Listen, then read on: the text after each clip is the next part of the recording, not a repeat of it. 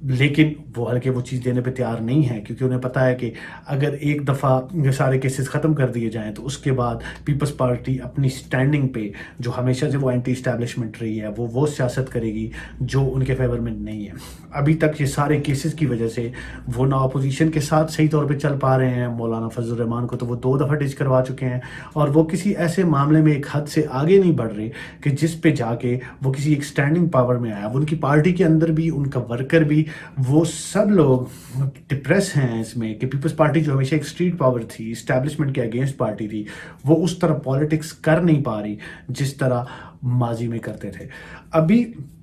اس ساری صورتحال میں جب آصف زرداری نے اپنے چیف منسٹر کو، جن کے تھرو وہ پیغام پہنچاتے ہیں ان جگہوں پہ، انہوں نے کہا کہ مجھے فیور چاہیے، میرے کیسز کو ختم ہونا چاہیے، تو تب ہم اپوزیشن کی تاریخ میں آگے بڑھیں گے۔ لیکن اس کیپٹن صفدر والے کیس کے بعد مراد علی شاہ ویسے ہی تھوڑے سے ان حلقوں سے دور ہو گئے، کیونکہ وہ جو ان کا سٹیٹمنٹ تھا وہ بالکل ان کے اگینسٹ چلا گیا۔ اب اس کے بعد پہلے ان سارے معاملات سے بچنے کے لیے انہوں نے بولا کہ ان کو کووڈ کا ٹیسٹ پازیٹیو آ گیا، جس کی وجہ سے وہ آئسولیشن میں چلے گئے۔ جیسے ہی ان کی آئسولیشن ختم ہوئی اس کے بعد ابھی وہ USA میں ہیں، اور جیسے کہ آج تھا واضح کہ منڈے کو وہ USA سے واپس آ رہے ہیں، لیکن ابھی تک مراد علی شاہ وہاں سے واپس نہیں آئے۔ جہاں تک مجھے لگتا ہے، میرے خیال میں Murad Ali Shah as a chief minister continue کریں گے۔ ان کا ریزگنیشن وہ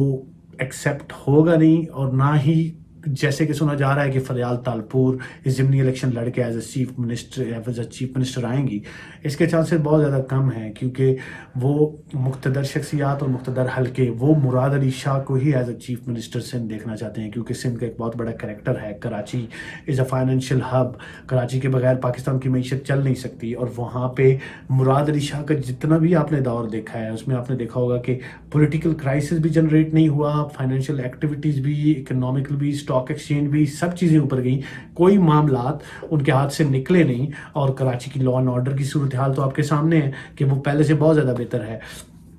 لیکن ابھی پرابلم صرف ایک چیز پہ آ کے پھنستا ہے، وہ ہے آصف زرداری کے کیسز۔ اگر مراد علی شاہ ان حلقوں کے ساتھ آصف زرداری کے کیسز کو سیٹل ڈاؤن کرنے میں کامیاب ہو جاتے ہیں سینٹ کے الیکشن سے پہلے، تو پھر تو معاملات اپنی جگہ پہ ٹھیک رہیں گے۔ لیکن اگر مراد علی شاہ ڈیل نہیں لے سکتے اور ان کی آپس میں ایڈجسٹمنٹ نہیں کروا سکتے، تو اس کے بعد پھر بہت زیادہ چانسز ہیں کہ آصف علی زرداری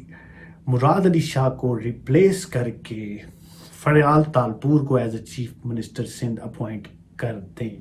کیونکہ اگر مراد علی شاہ جس وجہ سے انہیں چیف منسٹر بنایا گیا، اگر وہی وہ چیز نہیں کر سکے، کیونکہ ابھی تک ان کی وجہ سے ڈھیل تو بہت ملی، لیکن اب آصف علی زرداری ایز اے وہ بہت زیرک سیاستدان ہیں، وہ اب ایک فائنل اس موقع پہ آ چکے ہیں کہ سینٹ کے الیکشن سے پہلے ڈو اور ڈائی کی پوزیشن ہے، کیونکہ اگر سینٹ کا الیکشن ہو گیا تو پھر پاکستان PTI اس پوزیشن میں چلی جائے گی کہ شاید وہ اپنی سٹینڈنگ پہ کچھ ایسی کاروائیاں کروانا شروع کر دے کہ انہیں ان حلقوں سے بھی اس موقع پہ اجازت لینے کی ضرورت نہ پڑے۔ قائم علی شاہ جب چیف منسٹر تھے تو وہ تو بالکل وہی لائن لیتے تھے جو آصف زرداری انہیں بولتے تھے، لیکن مراد علی شاہ جس قسم کے سیاستدان ہیں وہ آپس میں ریکنسلیشن اور اداروں کے ساتھ معاملات کو بہتر طریقے سے سارٹ آؤٹ کرنے کی صلاحیت رکھتے ہیں۔ اب سندھ کے حالات، ان کا چیف منسٹر ادھر موجود نہیں ہیں، کیونکہ اگر آپ پچھلے مہینے سے دیکھیں تو پہلے کرونا کے حالات کی وجہ سے وہ آئسولیشن میں چلے گئے، وہ 14-15 دن ویسے مائنس ہو گئے۔ اس کے بعد دسمبر کے مہینے میں جب وہ ہالیڈیز پہ ابھی ادھر ہیں USA میں، تو یہ معاملات کچھ بہتری کی طرف جاتے نظر نہیں آ رہے۔ جب تک وہ واپس آئیں گے تو یہ ساری ریومرز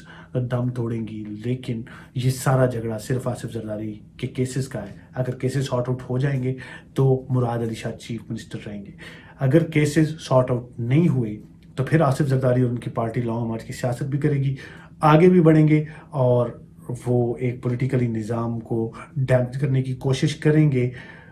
لیکن پھر مراد علی شاہ بھی چیف منسٹر نہیں رہیں گے. اگر آصف علی زرداری بھی اسی سیاست پہ آ گئے جس پہ مریم نواز اور فضل الرحمان چل رہے ہیں, تو پھر اس کے بعد یہ بات فائنل ہے کہ مراد علی شاہ چیف منسٹر نہیں رہیں گے, اور مراد علی شاہ کو ریپلیس کرنے کے لیے سب سے آگے جو آئیں گی وہ ہوں گی فریال تالپور. وہ ضمنی الیکشن لڑیں گی اور پھر as a chief minister Sindh وہ کام کریں گی, اور پھر اس کے بعد اگریسو سیاست کا آغاز ہوگا سندھ سے بھی اور سندھ سے وفاق بھی. اپنا بہت زیادہ خیال رکھیے گا, اور مجھے ویڈیوز کے بارے میں سجیشن دیں, اس پہ کمنٹس کریں, تو پھر ہم اس کو اور بہتر سے بہتر کرتے جائیں گے. پاکستان زندہ باد.